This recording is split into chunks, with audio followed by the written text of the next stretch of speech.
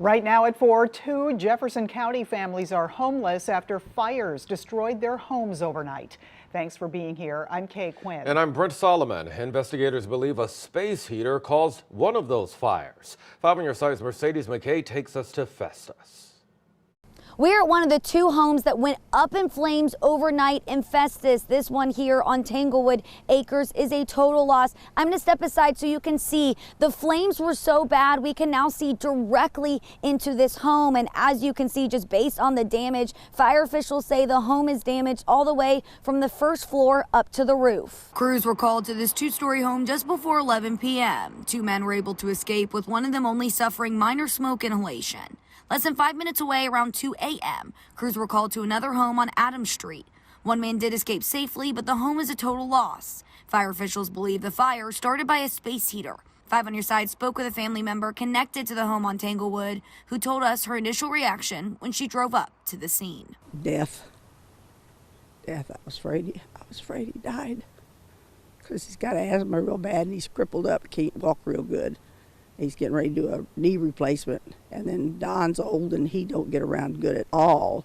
He only weighs about 120 pounds, Don, the guy that owns it.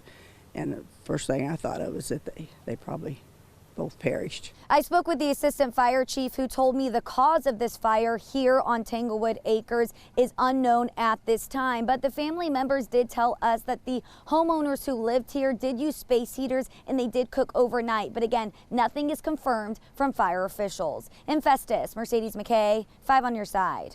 All right, Mercedes, thanks. The Major Case Squad identifying the man who died in a Delwood shooting on New Year's Day. Investigators say someone shot and killed 44-year-old Keith Ursery inside of his home on South Schluter Avenue just before 7 last night. They're still looking for who did it. If you have any info, contact the North County Police Cooperative or Crime Stoppers at 866-371-TIPS. We now know the identity of the 16-year-old killed in a shooting in Lincoln County. Police say Matthew Robinson died after he was shot in a domestic disturbance. This was Sunday morning outside of Troy. We've also learned he was a student at New Horizons High School. So far, no arrests. 5 on your side's Annie Krall will have more on this story tonight at 5 and 6. Now to new information on a fight that left a man seriously injured in St. Louis last night. Investigators say the 52-year-old victim was drunk when he started a fist fight with 2 men near the Crown Mart on North Jefferson. The man then beat the victim by kicking him and hitting him with a glass bottle, according to police. He was taken to the hospital in critical condition. The victim is expected to recover. The suspects were arrested. No charges have been filed. St. Louis police saw an increase in shots fired calls this New Year's Eve. Hours ago, the department posted the official numbers. They show from 6 p.m. New Year's Eve to 2 a.m. on New Year's Day, police recorded 501 shots fired calls. That's a 54% increase from last year, when the department reported 324 calls. Still, this year's numbers are the second lowest in the past 5 years. Let's go ahead and get to your weather first forecast now. We're getting some live images coming in. Temperatures hitting the mid-40s today, and that's about 10 degrees cooler than most of last month. But Chief Meteorologist Scott Connell is here to tell us that's really nothing to complain about. No, we have seasonable weather. We expect it to be cold in January. It is our coldest month traditionally. And we're still not really cold. We're just on the chilly side, right? So we have some clouds rolling in. Those are high clouds today. So at least we've had some sunshine. And at times it's been reasonably bright today. Nice Tuesday across the bi-state area. Our temperatures are mostly in the upper 30s and lower 40s. Sullivan, one of the warmer spots at 43. A little cooler off to the east of St. Louis, Mount Vernon to Salem to Flora to Effingham. Temperatures in the 30s. There's a live look over in Edwardsville right now. You see a little bit of a breeze. It's out of the southwest at this point. Just the high clouds streaking overhead. No rain or snow out of any of this. The high clouds will stick with us as we head through the night tonight. Seasonable temperatures here for the next few days. There is a rain-snow chance late Friday night into Saturday.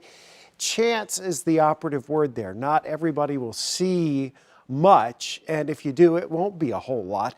And with temperatures as warm as they are, the impacts would be wet roads for those areas that do see a little rain or wet snow.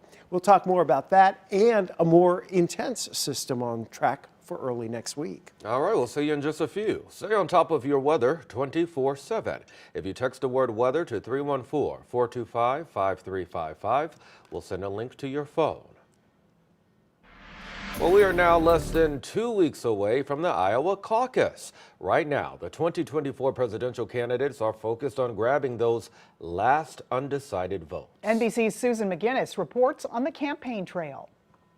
I think half the job of the next U.S. president is... The countdown is on for Republican presidential hopefuls with the critical Iowa caucuses on January 15th. We want to see the candidates just to reassure ourselves, and we take this seriously. With just 2 weeks to go, candidates are spending big, blanketing Iowa with more than $100 million in ads so far this year. Ron DeSantis is lying because he's losing. Making their final pitches, looking to stand out in a crowded field. I'm the only one running on your issues. It's going to take, yes, an outsider with sharp elbows, willing to break things when necessary. If you are willing to caucus for me, I would forever be grateful. Despite pulling out all the stops, former President Trump continues to lead by wide margins while also battling multiple indictments. The poll numbers are scary because we're leading by so much. It would be a historic upset if anybody other than Donald Trump won. Right. But they're not taking anything for granted because I think they, again, understand how this works now. Trump's competition taking heat for not taking him on. These candidates are failing to really draw a contrast between them and Mr. Trump in a way that is really that would have resonance with voters right now. The final few making a final push, hoping to take on an incumbent vowing to win a second term.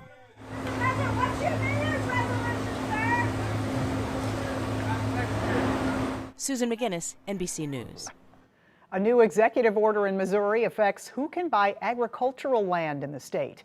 Today, Governor Mike Parson issued Executive Order 2401, which bans individuals and businesses from nations designated as foreign adversaries from buying land within a 10-mile radius of, quote, critical military facilities. Nations currently classified as foreign adversaries include China, North Korea, Russia, and Iran. We believe this order today sufficiently protects Missourian security interests and potential bad actors, while not punishing our allies for being good economic partners. According to a report by the USDA, about 1.2% of land in the Show Me State is owned by foreign companies. The order does not affect existing landowners. Much more still ahead. Another Ivy League leader resigns just months into her tenure. The multiple controversies that prompted it. Applying for federal financial aid for college just got a whole lot easier. The changes made to the FAFSA.